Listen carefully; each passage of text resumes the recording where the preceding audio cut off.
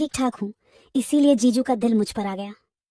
दिखने में तो मेरी दीदी भी कम नहीं है, लेकिन वह कहते हैं ना कि घर की मुर्गी तो दाल बराबर होती है। मैं 21 साल की हो चुकी थी, लेकिन मेरी हाइट ज्यादा नहीं बढ़ी थी, बस 5 फीट से थोड़ी सी ही ज्यादा थी। लेकिन मेरी बॉडी ठीक थी।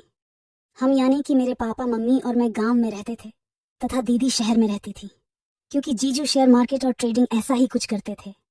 मैं तो इसके बारे में ज्यादा नहीं जानती थी, मगर वह खूब पैसे कमाते थे।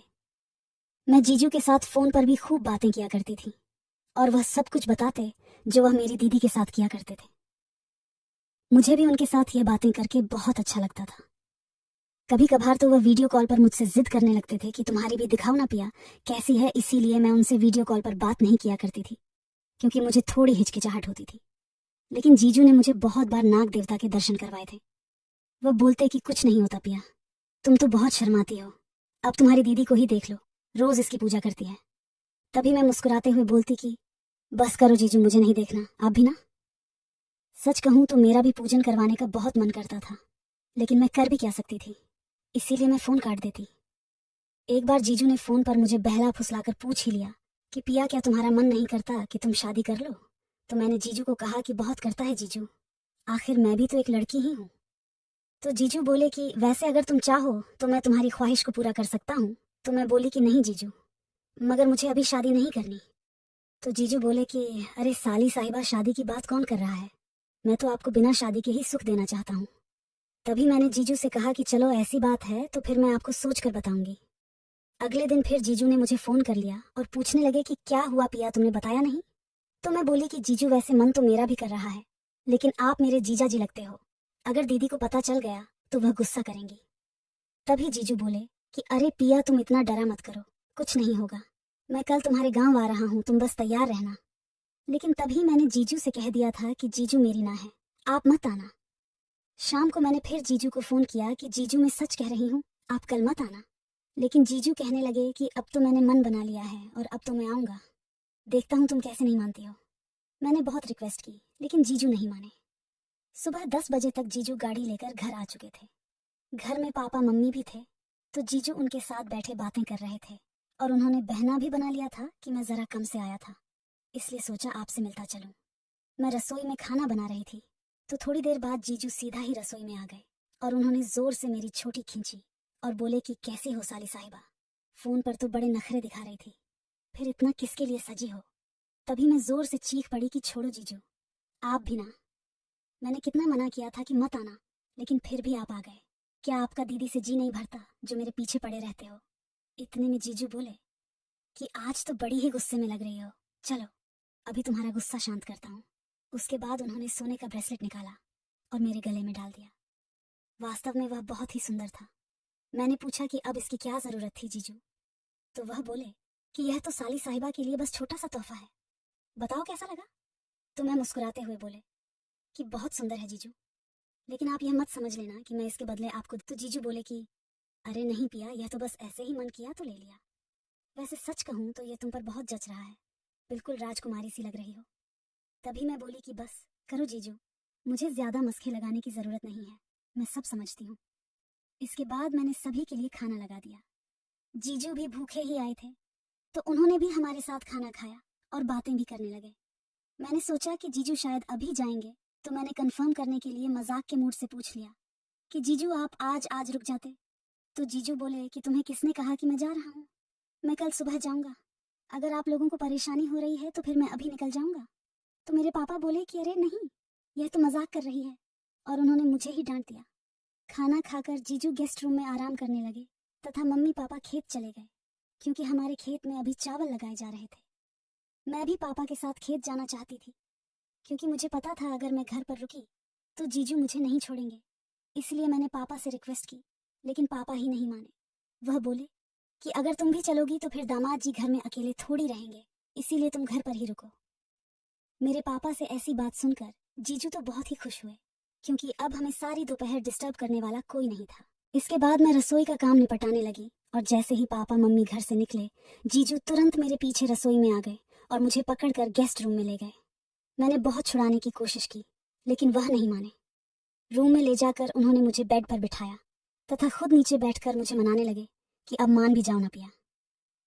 जीजू को नीचे बैठा देखकर मुझे भी अच्छा नहीं लग रहा था, इसलिए मैंने उन्हें कहा कि जीजू प्लीज आप ऐसे मत करिए। चलिए ठीक है, पहले आप ऊपर बैठिए। मेरे मुंह से ऐसा सुनकर जीजू के चेहरे पर मुस्कुराहट आ गई और वह बोले कि चलो महारानी जी को थोड़ी दया तो आई। तभी मैंने जीजू से कहा कि अब आप ऐसे करेंगे तो मुझे मानना ही पड़ेगा, लेकिन सच कहूं तो जीजू मुझे बहुत ही घबराहट महसूस हो रही है। तभी जीजू बोले कि कोई बात नहीं पिया, यह नॉर्मल है, फर्स्ट टाइम सभी को होती है, और वैसे भी तुम घबराई हुई और भी सुंदर लग रही हो। मेरे माथे पर थोड़ा थोड़ा पसीना आ चुका था।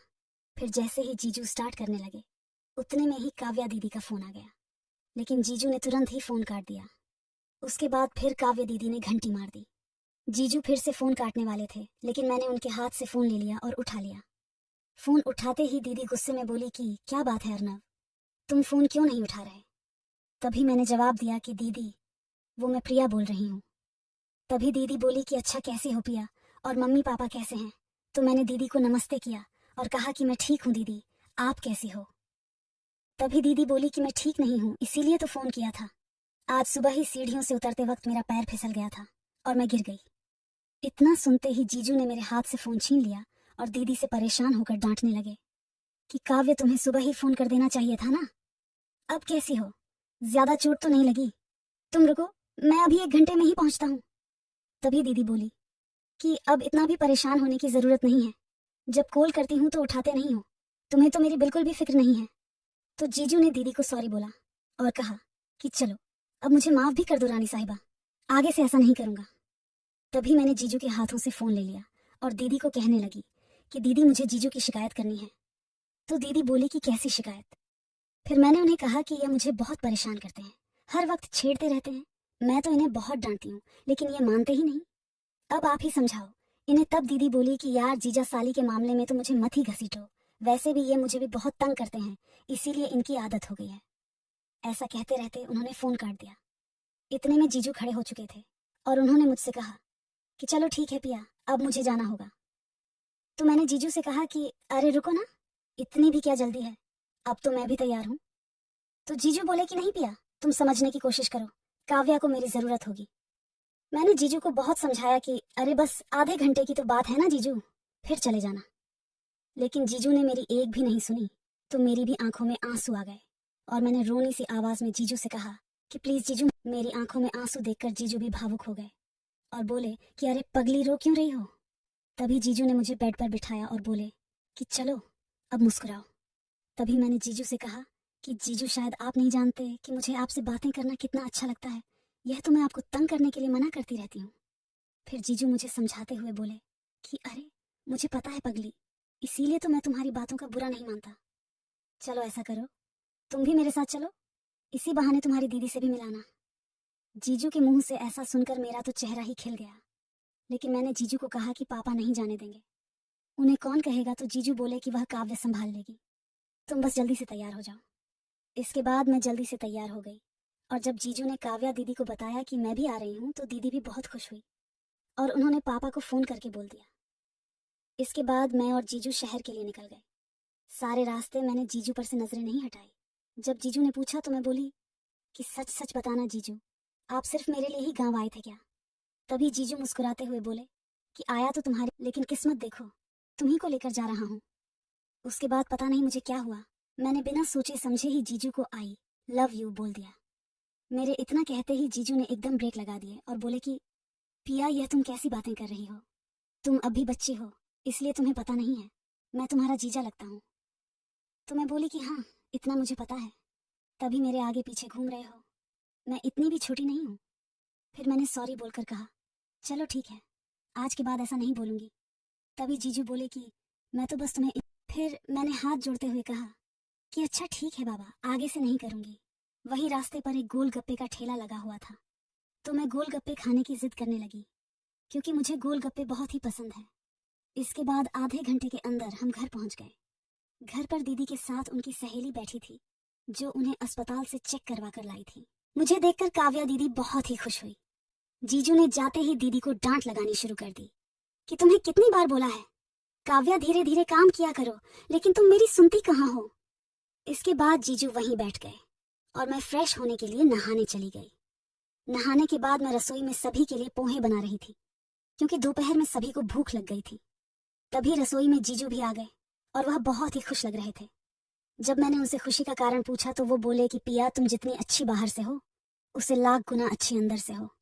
तभी मैंने कहा कि जीजू, वो तो मैं पहले से ही हूँ।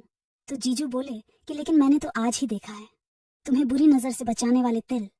और जब तुम तब जाकर मैं समझी कि आज तो जीजू में लाइव दर्शन ही किए हैं, क्योंकि बाथरूम में एक खिड़की भी थी। तभी मैंने आंखें चढ़ाते हुए कहा कि जीजू दीदी सच ही बोलती है कि आप बड़े बदमाश हो, कभी नहीं सुधरोगे। तभी जीजू मेरी तारीफ करते हुए बोले कि आप जैसी साली साहिबा साथ हो तो मैं सुधर कर क्या करूंगा। फिर मैंने जीजू को कहा कि चलिए अब जल्दी से दीदी के रूम में चलिए, नाश्ता कर लेते हैं। तो जीजू बोले कि नाश्ता वास्ता छोड़ो, बाद में कर लेंगे, पहले तुम मेरे साथ चलो। जब से तुम्हें ऐसे देखा है मुझसे तो एक पल भी नहीं रुका जा रहा। फिर जीजू ने मेरे हाथ से नाश्ते की थाली छुड़ाई और मुझे ले जाने लगे। तो मैंने जीजू को रोका कि अरे जीजू छोड़िए ना, आप तो बहुत जिद करते हैं।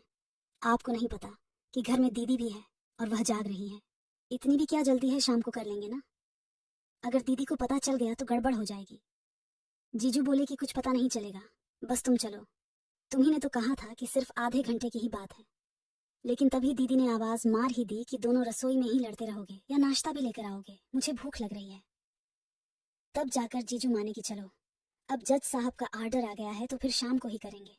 और हम नाश्ता लेकर दीदी के रूम में आ गए। आते ही दीदी ने कहा कि अर्नव, इतना क्यों परेशान करते हो बेचारी को। दीदी के इतना बोलते ही मैं भी मुंह बनाते हुए कहने लगी कि दीदी यह मेरी बिल्कुल भी बात नहीं सुनते, हर वक्त मुझे छेड़ते रहते हैं, अब आप ही समझाओ इन्हें। तभी जीजू दीदी का हाथ पकड़ते हुए बोले कि अच्छा बाबा, आज से सारी मजाक मस्ती बंद। ठीक, अब चलो जल्दी से नाश्ता कर लो, वरना ये ठंडा हो जाएगा। नाश्ता करने के बाद जीजू नहाने चले गए तथा मैं और दीदी उनकी शादी का एल्बम देखते देखते सो गए। शाम को मैंने फर्श पर पोछा लगा दिया तथा थोड़ा बहुत काम करके दीदी को आंगन में टहलाने लगी। तभी जीजू बोले कि पिया, मैं बाजार जा रहा हूँ, अगर तुम्हें कुछ घर का सामान मंगाना है तो बता दो।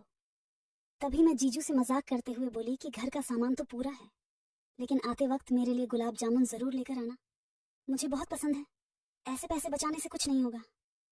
तभी जीजू बोले कि अच्छा ठीक है, ऐसा करो, आज तुम खाना भी मत बनाना, मैं बाहर से ही ले आऊंगा। इतना सुनकर तो मैं और भी खुश हो गई थी। जीजू के मुंह से ऐसा सुनकर दीदी बोली कि मेरे लिए तो कभी भी बाहर से खाना नहीं लेकर आए, अब साली आई है तो उनकी इतनी सेवा हो रही है। तभी जीजू बोले कि अब मुझे आज्ञा दो रानी साहिबा, वरना यही रात हो जाएगी। जीजू के बाजार जाने के बाद हम टाइम पास करने के लिए टीवी देखने लगे। फिर रात के 8 बजे के करीब जीजू वापस आ गए थे, तो आते वक्त मिठाइयाँ तथा खाना भी ले आए। इसके बाद हमने साथ बैठकर खाना खाया तथा जीजू ने हमें बहुत हंसाया। खाना खाने के बाद जीजू दीदी को रूम में ले गए तथा उन्हें दवाइयाँ दे दी और उनका सर दबाने लगे। जीजू के साथ बात करते करते दीदी को कब नींद आ गई पता ही नहीं चला, क्योंकि साथ में दवाइयों का असर भी था। दीदी को सुलाने के बाद जीजू मेरे कमरे में आए। मैं बैठी हुई जीजू का ही इंतजार कर रही थी। उन्हें देखकर मैं बोली कि 10 मिनट और ना आते तो मैं भी तुम्हें सोई हुई मिलती। तो जीजू बोले कि कोई बात नहीं, तुम्हें तो मैं वैसे भी जगा ही लेता। फिर वह बोले कि तुम 2 मिनट रुको, मैं तुम्हारे लिए कुछ और भी लेकर आया हूँ। ऐसा बोलकर वह रसोई में चले गए और फ्रिज में से एक बियर की बोतल लेकर आए। तो जब मैंने जीजू से पूछा कि यह क्या है, तो वह बोले कि कुछ नहीं, बस स्वास्थ्य के लिए ठंडी होती है और थोड़ी सी पी लोगी तो तुम्हें घबराहट भी महसूस नहीं होगी। तभी मैंने जीजू को मना कर दिया कि नहीं जीजू, यह सब मैं नहीं पीऊंगी, अगर आपको नहीं लेनी तो मत लो, मैंने आज तक नहीं पी, और पापा भी कहते हैं कि शराब तो सेहत के लिए अच्छी नहीं होती। तभी जीजू बोले कि अरे पगली, तुम कौन से जमाने में जी रही हो, यह तो बस नॉर्मल बियर है, इससे कुछ नहीं होता, और तुमने तो देखा ही होगा कि आजकल की लड़कियां भी पीती हैं। इसके बाद जीजू ने मुझे पिला ही दी। वैसे मेरी फर्स्ट टाइम थी तो थोड़ी अजीब सी लगी थी, लेकिन उसे पीने के बाद सारी घबराहट मानो उड़ गई हो। इसके बाद जीजू ने पूजा स्टार्ट कर दी। जीजू बोल रहे थे कि हवन कुंड का साइज तो बहुत छोटा है पिया। तभी मैंने जीजू से कहा कि जीजू यह तो और भी अच्छा है ना, पुजारियों को छोटा हवन कुंड ही पसंद आता है। इसके बाद जीजू ने आधे घंटे तक पूजा की और उसके बाद थक गए। जीजू ने गंगा जल मेरे ऊपर ही छिड़क दिया था, इसलिए मुझे नहाना पड़ा। मैंने जीजू को बोला भी कि कम से कम इसे तो ऊपर न छिड़कते, तो जीजू बोले कि क्या करूं पिया, गिर गया। इसके बाद जीजू अपने कमरे में चले गए तथा मैं नहाकर सो गई। रात को तो मुझे इतना पता नहीं चला, लेकिन सुबह मुझे पता चला क्योंकि मुझे मीठा मीठा दर्द हो रहा था। इसके बाद मेरा और जीजू का रोज का काम हो गया था। हमें पूजा के बिना नींद ही नहीं आती थी। उधर दीदी भी बीमार थी, तो जीजू भी मेरे ऊपर डिपेंड हो गए थे। मैंने 10-15 दिनों तक जीजू के साथ खूब मजे किए और इतने में दीदी भी वापस ठीक हो गई थी। इसके बाद जीजू मुझे वापस गांव छोड़ आए थे। फिर 2 दिनों बाद जीजू का मेरे पास फोन आया और उन्होंने कहा कि पिया, दरअसल तुम्हारी दीदी को सब कुछ पता चल गया था। वह तो तुम्हारी खातिर कुछ नहीं बोली, लेकिन जैसे ही मैं कल घर आया तो उसने मुझे बहुत डांटा और मुझसे बात भी नहीं की। वैसे मैंने काव्या को मना लिया है, लेकिन प्लीज अब तुम भी वह सारी बातें दिमाग से निकाल देना। यह सुनकर मैं भी डर गई थी, लेकिन काव्या दीदी दिल की बहुत अच्छी थी। मैंने तुरंत उन्हें फोन कर लिया और उनसे माफी मांग ली। दीदी बोली कि कोई बात नहीं पिया, तुम तो बच्ची थी, गलती तो इनकी ही है, लेकिन मैंने इन्हें समझा दिया है। आज के बाद ये ऐसा कुछ नहीं करेंगे और तुम घर पर भी कुछ मत बताना, वरना मम्मी पापा भी परेशान होंगे। इसके बाद सब कुछ नॉर्मल हो गया और दीदी ने भी बात को आगे नहीं बढ़ाया, क्योंकि जीजू में भले ही लाख कमियां थी, लेकिन वह काव्या दीदी की हर बात मानते थे।